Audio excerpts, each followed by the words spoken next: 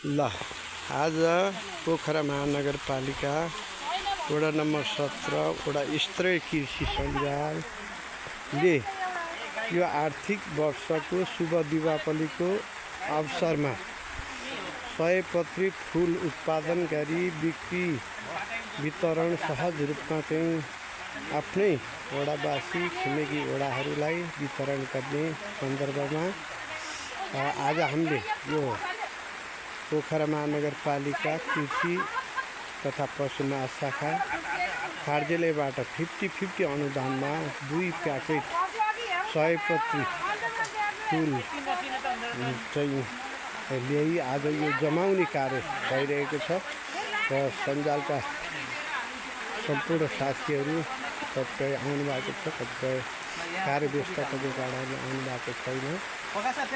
सबैलाई म धेरै धन्यवाद व्यक्त गर्न चाहन्छु। उपाध्यक्षज्यू, सचिवज्यू, कोषाध्यक्षज्यू लगायत सम्पूर्ण साथीहरू जति उपस्थित हुनुभयो यो काम गरिरहेको छ र करिब हामीले यो 2100 बिरुवाहरू यो चाहिँ हामीले रोपेका छौँ र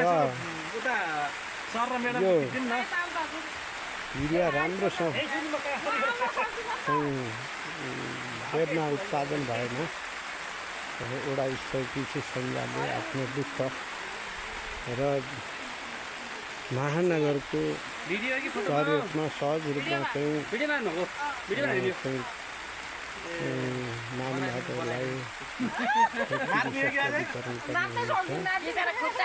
भन्ने आशाका साथ हामीले पनि एउटा त्यो नमुनाको रूपमा लिएका छौँ। अरू किसानहरूले पनि 100 पत्री फुल लाउनु होला भन्ने